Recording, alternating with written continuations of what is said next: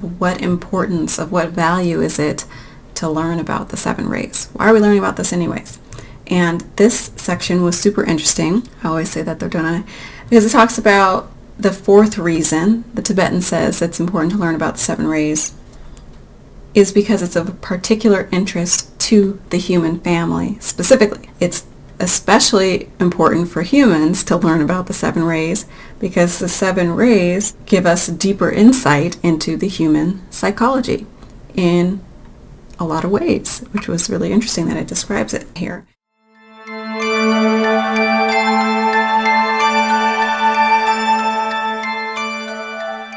So in this section, the Tibetan says, through Alice Bailey, that each person is associated with the 7 rays. We're all influenced by them. Our personality is influenced by them. Our different individual strengths and weaknesses are influenced by the rays, and our life experiences. This study, it says, will vivify and awaken the true understanding of man. So that's like a huge statement. This is one of, again, the 4 reasons why the Tibetan says we should study the 7 rays and the value that it offers, because it impacts our emotional nature, it impacts the way we think, the way we have relationships with other people, how we interact with other people, even our physical bodies. And there's an interesting part of that too that relates to the zodiac too, and how our blueprint from our birth chart. It's really fascinating. And ultimately, the 7 rays answer the question of the work that we need to do in our lives to develop our personalities, to grow, to evolve in consciousness. Again, Bailey says that from this point of view of esoteric psychology, the evolution of mankind is the evolution of consciousness, by which the fragment of the soul within the personality progressively identifies its spiritual source and becomes at one with it. Break that down to say, like, we learn about our personality first, and then we grow into our soul work. That's the second answer that it gives us, is what career and life purpose we have, those big questions that we need to answer. Because if you think about what is the meaning of life, why are humans here? From my perspective, what we do is we basically tell everybody that you're born and you get to learn how to live, how to fit into society. You're raised in your early years by your parents. They have that job for the first however long. You go to school, you get a job, you get a house, you get a family, and you teach them to do the same exact thing, and then you pass on. So it's like, that's the general. There's no like real focus even while you're in school on saying we're going to help you to figure out exactly what your unique career is, what your life purpose is, what ways that you can develop so that you can be the best version of yourself. It's all pretty much generic. Everybody gets in a room and we all get the same curriculum, and we all go on to the next phase of that, which is college. I was really excited. I was like, oh, college is going to be so different because I'm going to get to pick, the classes that I want, and I'm going to be able to study what I'm interested in. And then you learn about your general education requirements, right? That you're like, oh, I have to do the same thing all over again with these fundamental classes that I have to take, and I have to get, once you get past that, then you can pick and choose your electives and stuff. But the coursework, again, is, it's a set curriculum that's going to teach you the same heavy hitters. Like if you're studying psychology, you're going to learn all these names, you're going to regurgitate these people, philosophy, you're going to learn this stuff, and it's all very set. So that the outcome of that, even though you're in these little distinguished groups and paths, you all have this same framework of methodically seeing the world and understanding your interests based on what you were told to think about that. This always makes me think of that Good Will Hunting scene. Wait, we could have a problem? No, there's no problem here. I was just hoping you might give me some insight into the evolution of the market economy in the southern colonies. My contention is that prior to the Revolutionary War, the economic modalities, especially in the southern colonies, could most aptly be characterized as agrarian pre-capital. All right, of course that's your contention. You're a first-year grad student. You just got finished reading some Marxian historian, Pete Garrison probably. You're going to be convinced of that till next month when you get to James Lemon. Then you're going to be talking about how the economies of Virginia and Pennsylvania were entrepreneurial and capitalist way back in 1740. That's going to last until next year. You're going to be in here regurgitating Gordon Wood. talking about, the pre-revolutionary utopia and the capital-forming effects of military mobilization. Well, as a matter of fact, I won't, because Wood drastically underestimates the impact of social... Wood drastically underestimates the impact of social distinctions predicated upon wealth, especially inherited wealth. You got that from Vickers. Work in Essex County, page 98, right? Yeah, I read that too. Were you going to plagiarize the whole thing for us? Do you have any thoughts of your own on this matter? Or is that your thing? You come into a bar, you read some obscure passage, and then pretend you pawn it off as your own idea just to impress some girls? Embarrass my friend? See, the sad thing about a guy like you is in 50 years, you're going to start doing some thinking on your own, and you're going to come up with the fact that there are two certainties in life. One, don't do that. And two, you dropped 150 grand on a fucking education you could have got for $1.50 in late charges at the public library.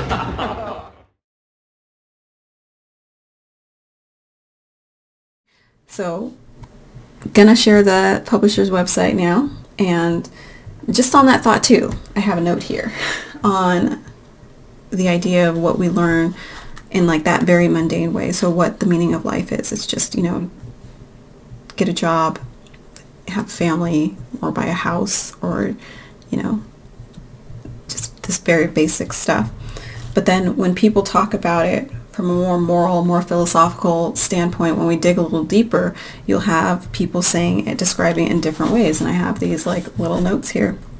Like you have the ambitious people and like the people that want to live life to the fullest. They believe that the purpose is, that pursuit of happiness, peace, to experience the best of everything. Then you have like the sensitive, nurturing type of people that want to build meaningful relationships and think that the meaning is to contribute to their communities. You have intellectual types that think that life is about the quest for knowledge. You have creatives who think that it's about exploring and discovering things, creating and innovating. You have the scientific view, biological view, that it's to survive and continue our species. Right? You have religious and spiritual people that think it's about fulfilling a divine purpose, serving a higher power, and or achieving spiritual enlightenment. So all of those things, like when we think about life in that way, it's a lot more, exciting. It's a lot more purposeful. It's a lot more soul-oriented than the generic kind of factory, build a human way that we go about life. We don't learn about, okay, how am I going to experience everything to the fullest? How am I going to create and innovate? How am I going to serve a community? Or all these ways that it's like described that are really more engaging and inspiring. We don't learn about it that way. But I think that's for a reason. And I think part of this study is also to say that we get a deeper insight into human psychology through the study of the seven rays and esoteric psychology, because they say that this is what's missing from it, that spiritual piece, that soul piece. Esoteric psychology aims to prove the soul, and what the soul does is it gives a person their unique and special signature of their, what they're meant to do and how you're meant to live. Not to say that you, like, the whole determinism versus free will, which I'm going to do a separate video on that. So I saw an interesting video recently. But it's not to say that you can't choose in that, but it's more like there is something uniquely set out for you, and that should be exciting to you. And it's not this, carrot that can be dangled out, and it's only for some people to figure out and some people don't, or, it's not something that should be so elusive. There's an actual blueprint for you. That's your birth chart. That helps you to understand your unique personality, which ray you're on, what you need to build, and what you need to strengthen, and why you're being held back. That's where you start. That's the basis of building up the personality, unlocking that, moving beyond that. And then it becomes simpler when we look at it that way. And I think that it's fascinating that we don't learn about it this way, because we want to do it the hard way by making it this kind of vague thing, and like, oh, if you happen to find your purpose, or some people discover what they're meant to do, and some people just kind of settle and just fall into whatever it may be, or have their parents tell them what they're going to be doing in life and kind of molding their path and how people rebel from that in different ways. It's all super interesting.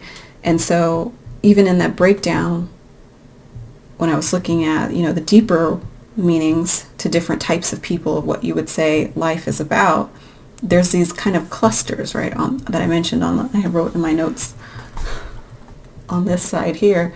And these kind of contribute to being like the different ray types. If you look at it, it's not quite exact, but you have the ambitious people that are all about their will and their selves and making life, like living life to the fullest for themselves, like self-satisfaction. How can I be the best in this? I'm going to travel the world. I'm going to have the most money. I'm going to have, beautiful, whatever. That's kind of like that first ray type of their will.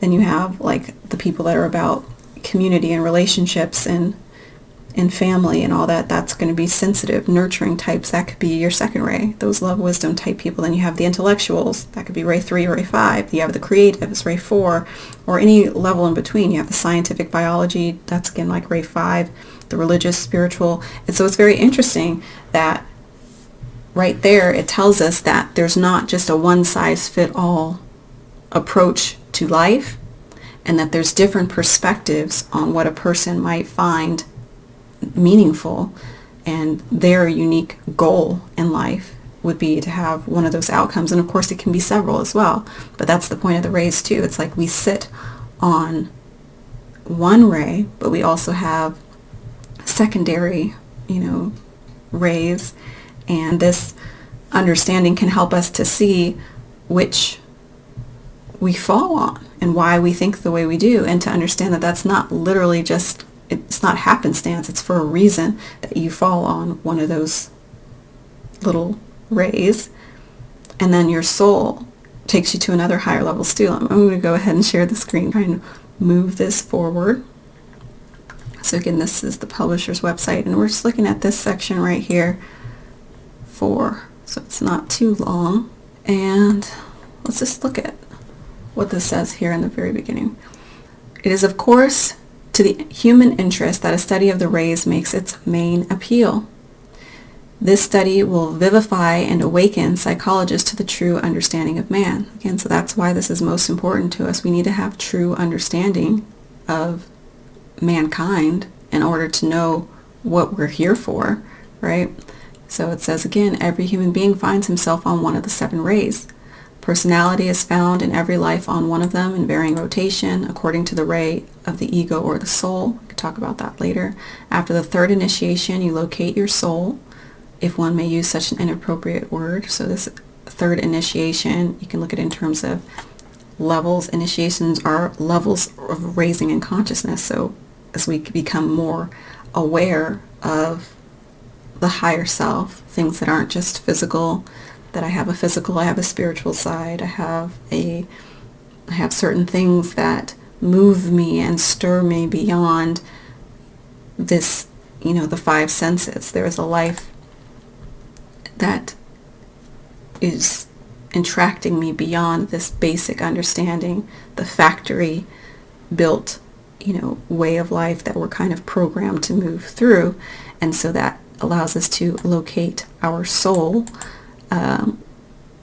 Again, if you want to know what soul is, like in the very basic way, but super profound, I highly recommend always the Pixar movie Soul. So good.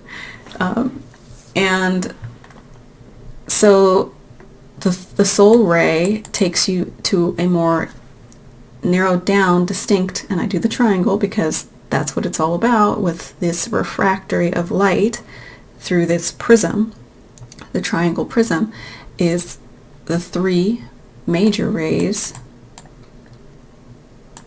which is the first step down of that light, that divine energy. It's first split into the 3, and then through that 3 it reflects out as 7 of the light spectrum. And of that 7, it breaks down to many, many more distinctions, and all the ways down it, we go into the different types of people that we have, the different personalities, the different, mixed with their nurturing, their upbringing, their environment, all that stuff that colors what each of us are. it breaks us down into all those parts, but we still have that one unifying source, that one original ray light that you come from. And so to look at that again, let me see if this can be shared.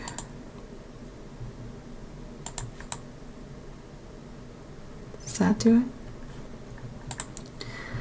Yeah. So like this image here, so we're seeing white sunlight moves through a glass prism and reflects out the light spectrum, red through violet. Seen in another image here, you have a light source moving again through a glass prism.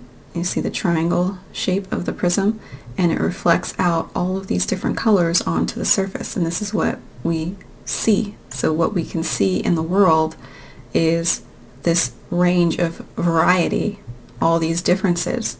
But in truth, all those differences are just appearing that way to us because of a reason, because of how they're sorted out, how they are refracting from this main source. But really there is just this one white light. This one was interesting because this is kind of another way that you can see it with how this, someone just put together this for, I guess, for some engineering thing, but I was like, oh, that's interesting, because that's literally what we're talking about here too. You're saying, like, if the one source is that people are moved, there's movement of people, and these are the different ways that people can move: bikes and scooters, pedestrians, buses or light rail, cars and trucks, air and freight, metro, high-speed rail, autonomous roadway design. So it's like this can apply to literally anything. There's this one concept, like personality types. It's reflected through this prism, this triangle, and we'll talk about what the triangle is later, and then it comes out into all these different ways that you can express yourself. The kind of person I am is one who likes to travel by bike. Or are there people that prefer cars over walking, or planes over trains?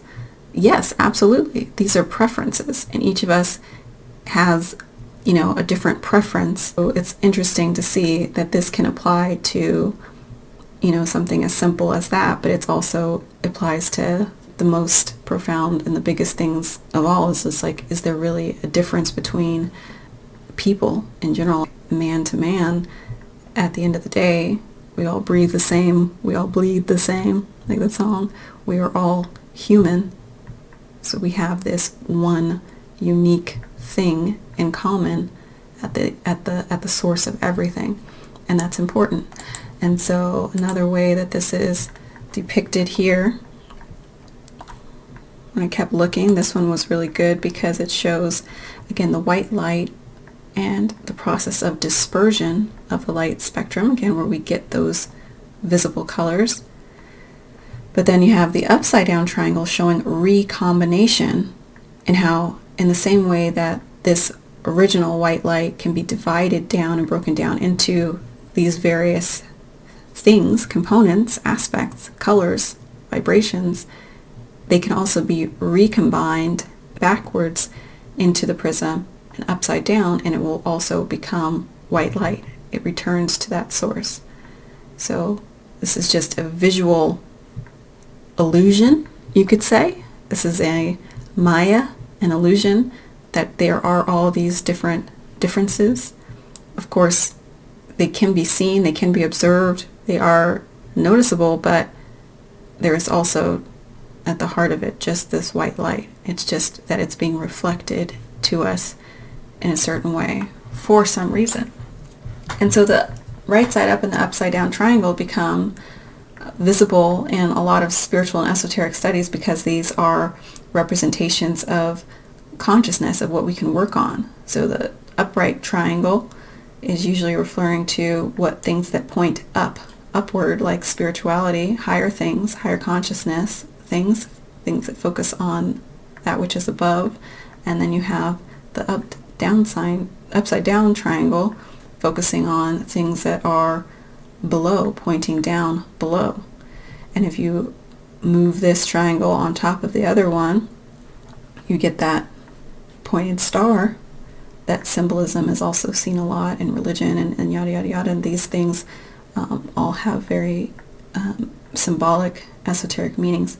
So when we look at it that way, okay, my first work, my initial work, if I want to move back into my divinity, which is over here, the original source, I have to focus on working on this lower triangle, focus on my lower nature, rising up through my lower nature, where I might then focus on building my upper triangle, my higher nature, focusing on the spiritual, learning about the spiritual side of life, mastering the physical world, mastering the spiritual world, spiritual knowledge.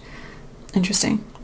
If you think about it this way, if you have a one source, deity, divinity, that is all things, knows all things, and wants to experience itself, it first would have to break itself down into the triangle, the prism that's going to reflect out this illusion of separateness, the illusion of the existence of all these many different parts of divinity, because there really is just one truth. But in order to do that, you reflect that through this prism. And the 7 rays teach us that this is, the Trinity, the Father, the Mother, the Son, the will, the love, wisdom, the thought, action, and the active intelligence, the Sun. The first 3 rays, the will, the thought, the feeling, how they come together, and then you can break that down into the 7 rays, which is what each human, this section is teaching us, is a pawn. We all resonate with one of these 7 rays. And then if we want to move back into our divinity, we have to go back into, from this way, from our separateness, from our different personalities, from our different rays, evolve through the monad, which is all things, right?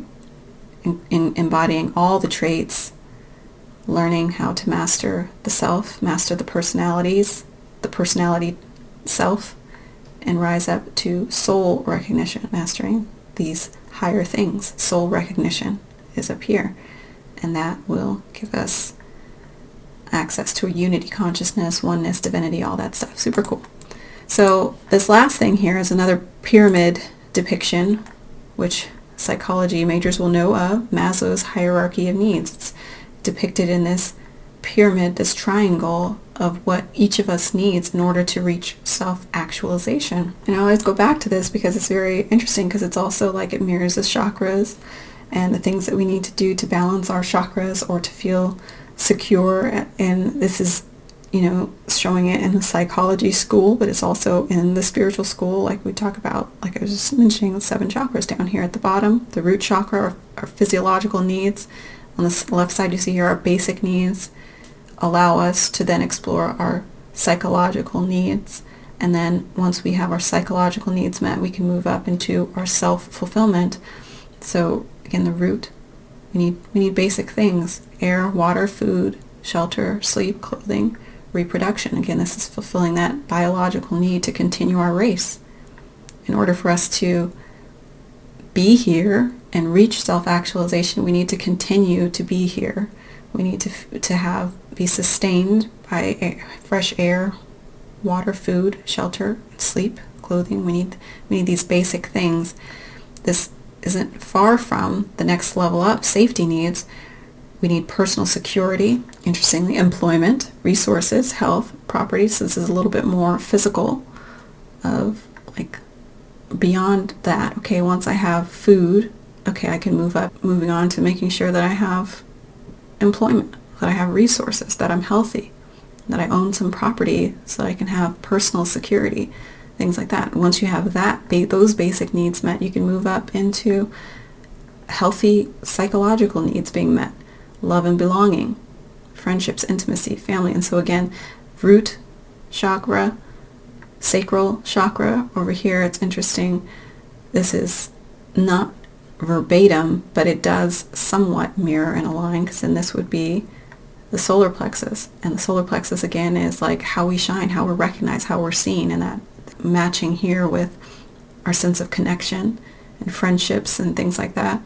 It makes sense. And then we move up into green here, which would be like our heart chakra, esteem. We can now look for validation through respect, self-esteem, status, recognition, strength, freedom. All of this opens up our heart, the heart chakra, moving up into self-actualization. According to Maslow, that comes here, the ultimate human fulfillment of his pyramid. But this is just the right side up, but this is really would be upside down because this is focusing on the physical self. This top of his pyramid, self-actualization, is, you have the desire to become the most that you can be. But the most that a person can be isn't just here, because this doesn't talk about anything spiritual, right? So this is why psychology, like Bailey says, teaches us half of the equation of what our purpose is. Psychology, we're learning in traditional or normal psychology, we're learning about everything that makes us physically just good at being a human. But to be the most that one can be, you really need to unlock your personality again and figure out what your unique purpose is. What is your life purpose? What are you here to do? But I thought that was all super interesting because this all going back into this prism concept and this concept of recombination, that it does go both ways. So when you're born, you're going this way. You learn how to be a distinct person, a human. You learn what your own unique traits are. You learn how to individualize yourself. Who am I? But then as you grow up and as you mature, you actually need to move beyond your personality and you kind of become more evolved. You're more initiated into life and what that takes to become selfless and less about the self, and you evolve back up into the monad and become something more. And from this point, the soul work begins. What am I meant to do here? All those things that we talked about before. Like, how am I uniquely equipped to contribute in this life? And why is that important to me? Is it more important to me to create? Is it more important to me to have strong relationships? Is it more important to me to demonstrate my spirituality, my religious devotion to a higher power, things like that? Or is it important for me to show my intellect, to study, to learn as much as I can, to teach, to do things like that? And that brings us to the 7 rays, which Bailey says is going to give us a deeper understanding of mankind. So let's see why that is. Jumping back to the text.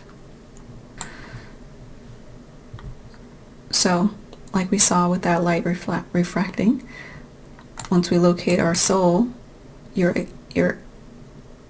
in an exalted attitude, thinking on higher things. You strive toward the essential unity of the monad. The unity of the monad is where we are found on one of the 3 major rays, the triangle of the Father, the Son. Where's my chart here? First 3 rays, make sure this is still showing. Yep. First 3 rays, will or power, love, wisdom, intelligent activity, 3rd ray. The Father aspect, the Son aspect, the Mother aspects. This is what religions are talking about with the Holy Trinity. This is in that light spectrum, the triangle. This is the prism. This is what allows us to see all the different variety of human beings.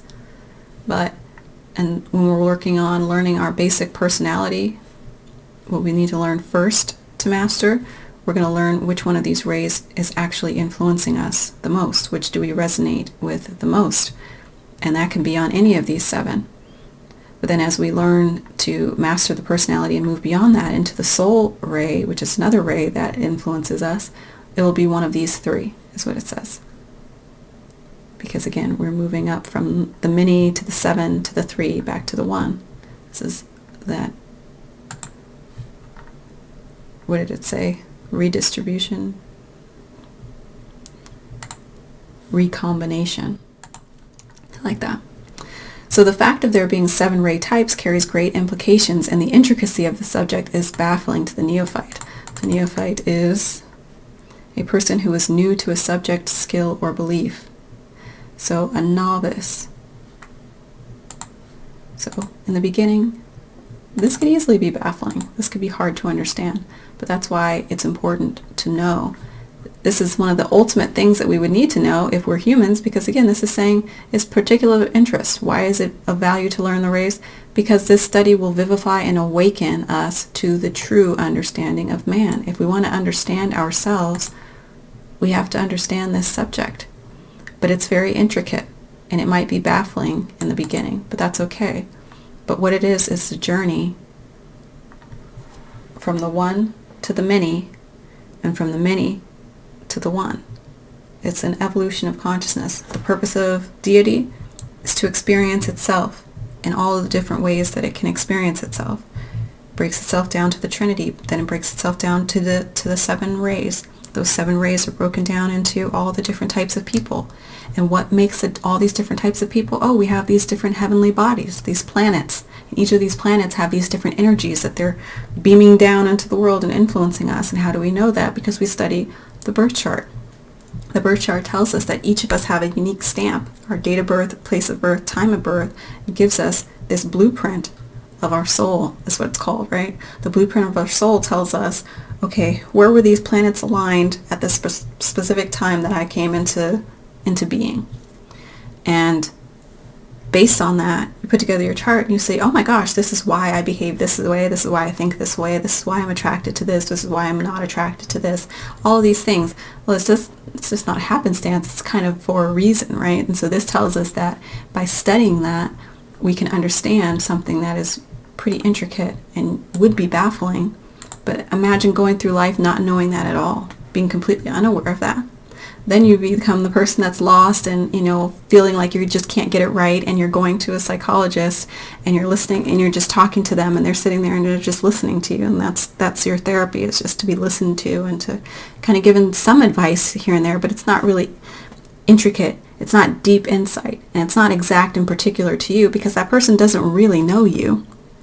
And guess what? You also don't really know yourself if you don't know this and you don't study this. But it's not like that stuff is ineffable. It's not like it's because it can't be known. It's simply because we're not taught. We don't study this.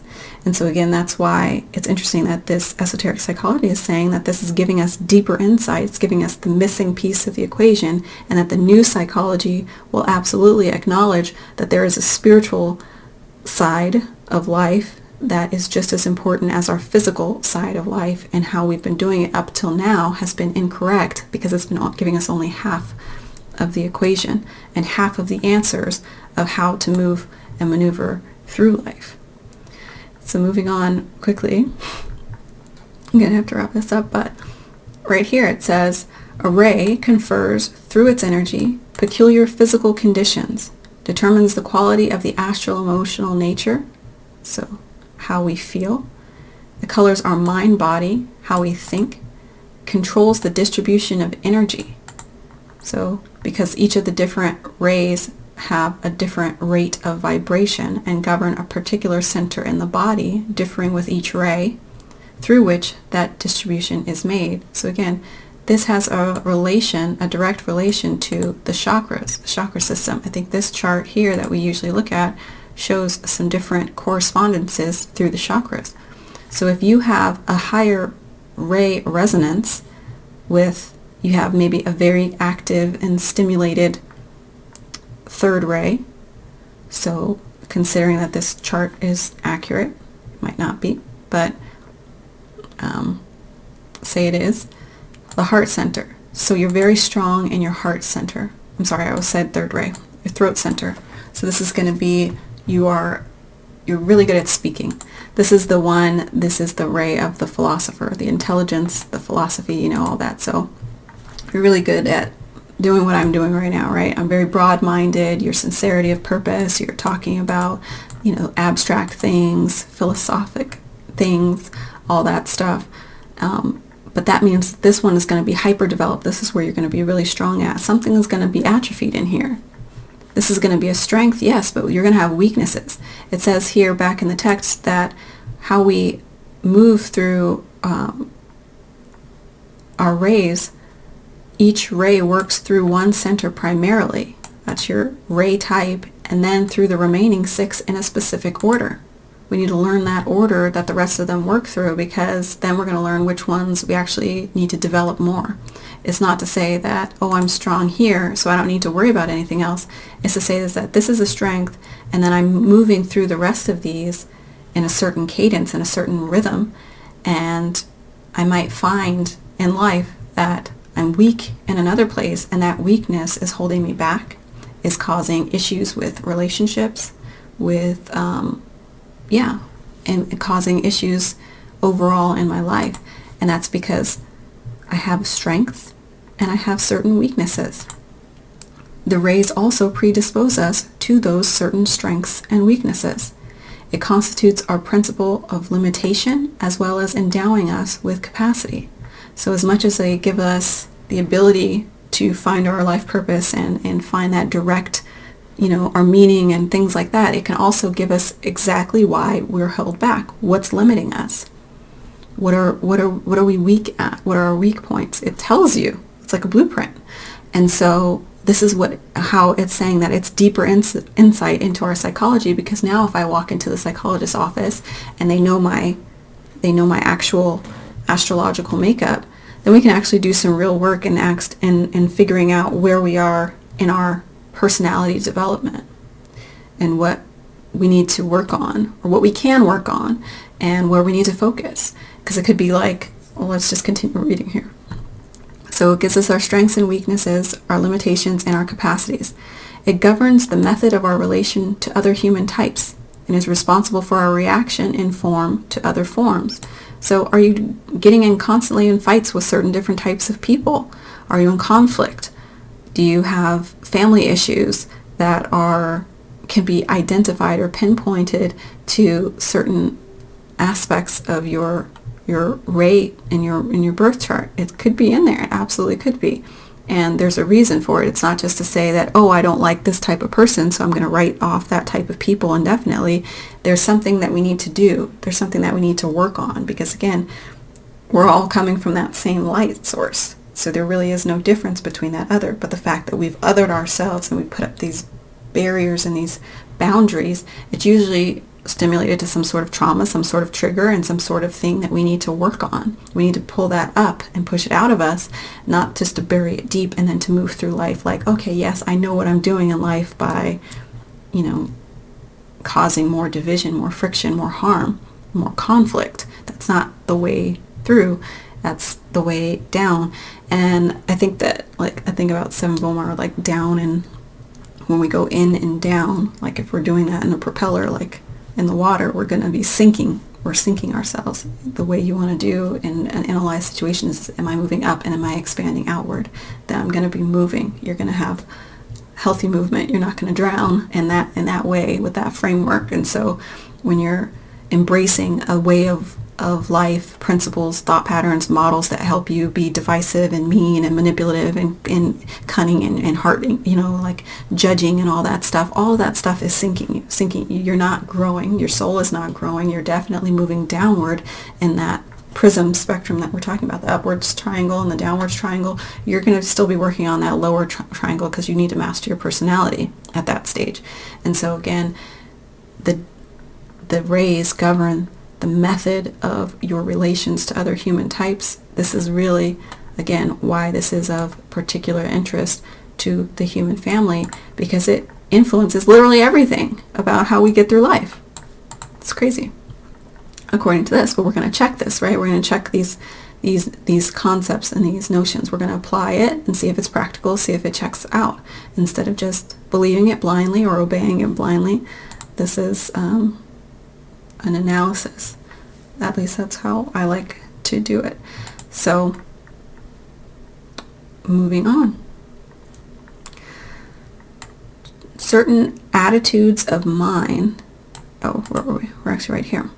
It gives him a coloring and a quality, his general tone on the 3 planes of personality, and it molds his physical appearance. This is super interesting too. We'll hold that thought too, because even our physical appearance is influenced by predetermined factors, right?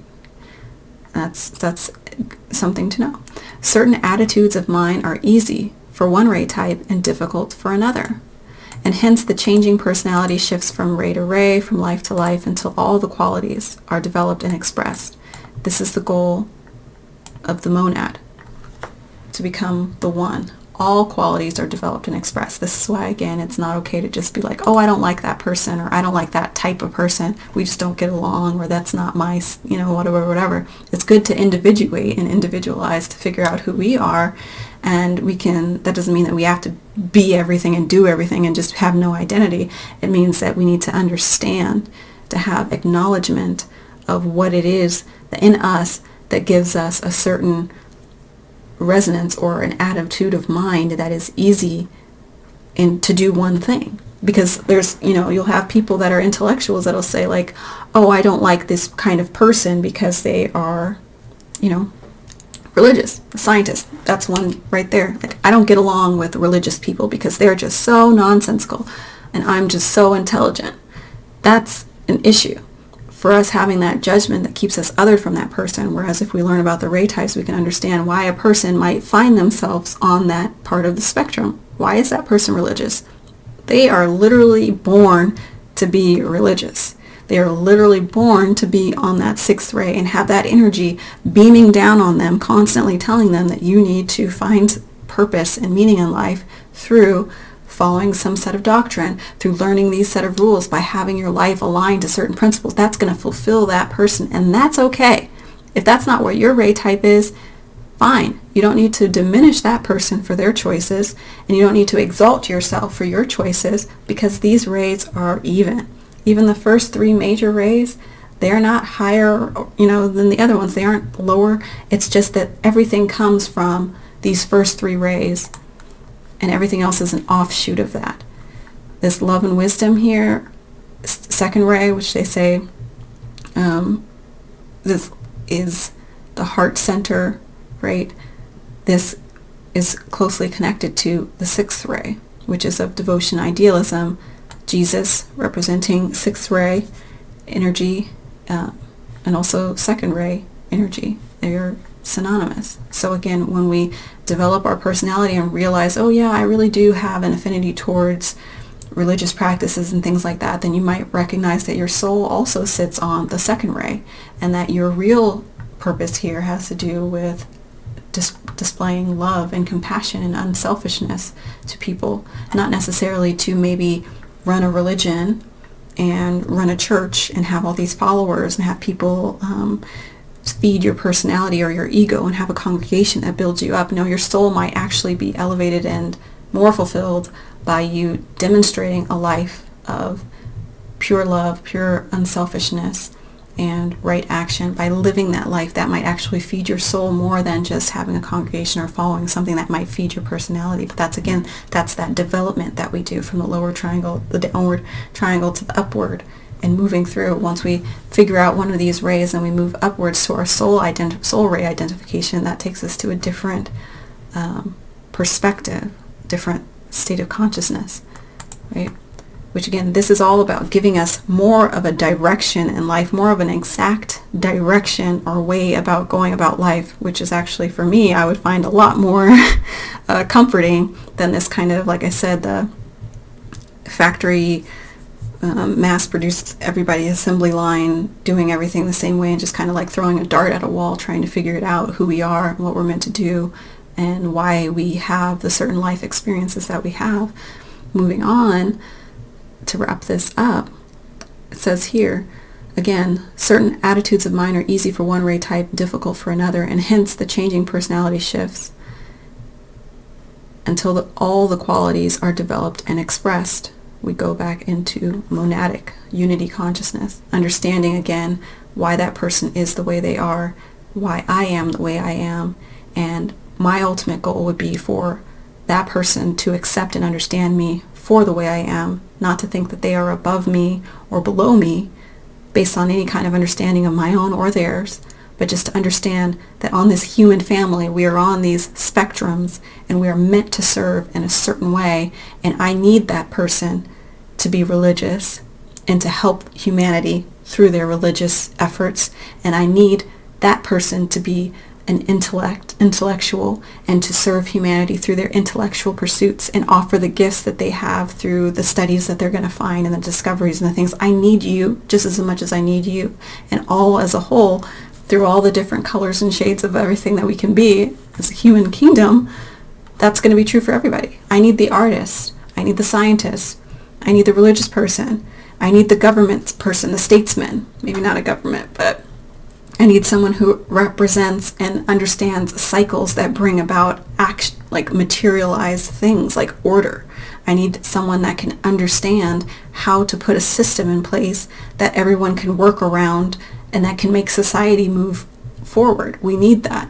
I need someone that can demonstrate love and compassion to help the people that are hurting and ailing and sick. Like, not everybody wants to be a nurse, right? Not everybody wants to be a doctor. Not everybody can stomach that.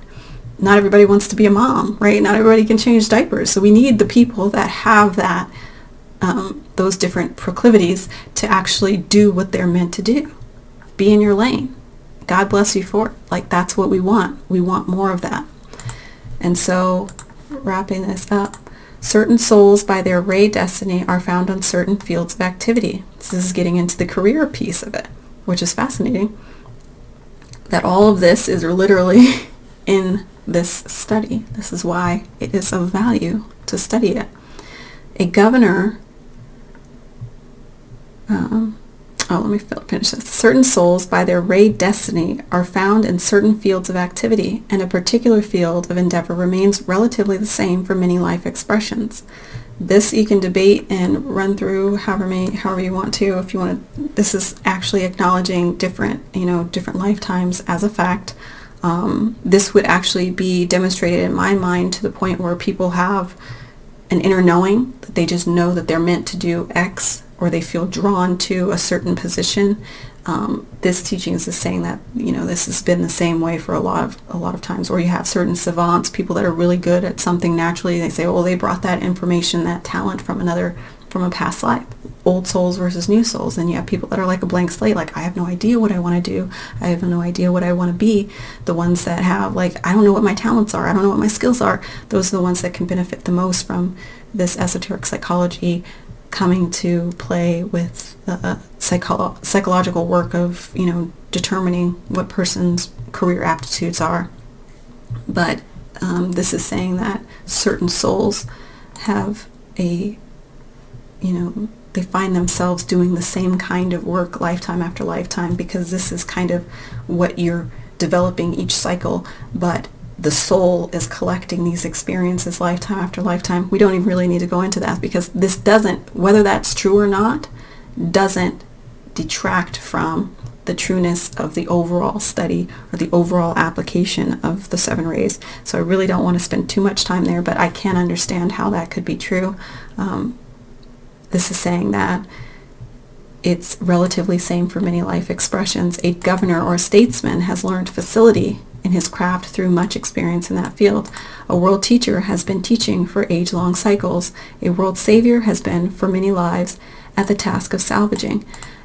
When man is 2/3 of the way along his evolutionary path of the soul, when a man is 2/3 of the way along the evolutionary path, his soul ray type begins to dominate the personality ray type and will therefore govern the trend of his expression on earth.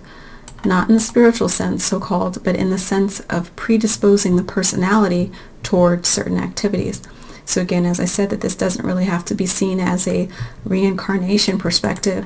This can be seen in terms of the incarnation within life, where you step into your purpose within your lifespan. When looking at astrology, you talk about the Saturn return. It happens usually at age 30, and that's based on the rotation of the planet. And at the point where you have 30 years in life, you usually go through this Saturn return, this shift in your energy and your makeup, where you feel like you've learned your lessons in life that you've learned through the early stages of life, psychology and young, and the different stages that we go through as we're in adolescence and puberty and moving through that. And then you learn your lessons and you're like, okay, I know what I'm meant to do now. I'm ready to move forward. That could be that shift 2/3 of the way along the life cycle, where your soul your purpose begins to dominate your personality, trying to fit in, trying to figure out who you are, your identity,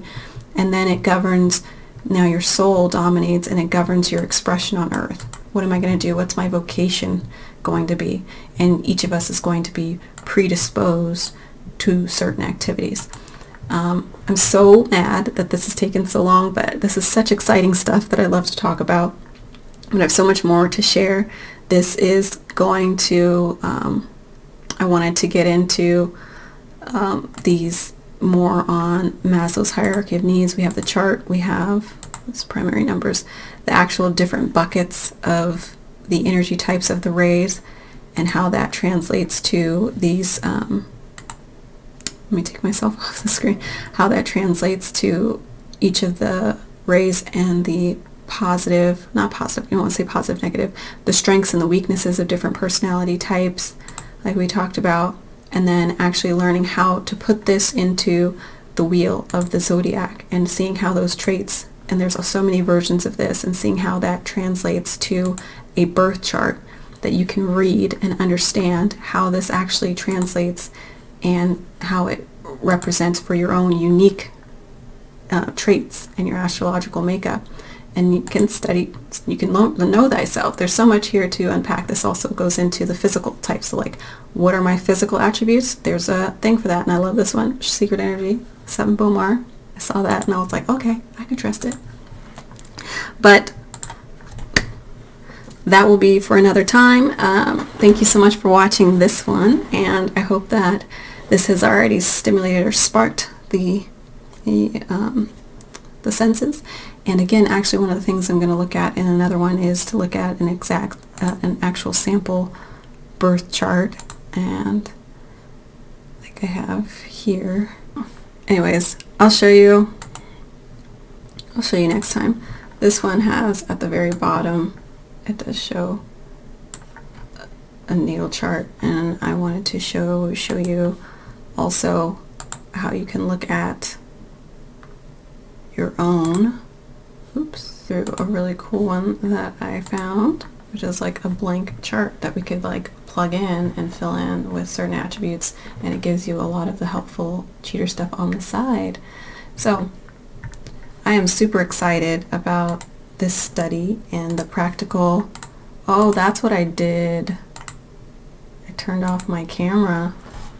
So thank you again for watching, and I will see you next time to go deeper into the practical applications of this fourth reason why the Tibetan says it's important for humans, important for us to learn about I am a human. I think it's important for you guys to learn about the 7 rays, and so I look forward to see you again in that one. Take care. Thanks for watching.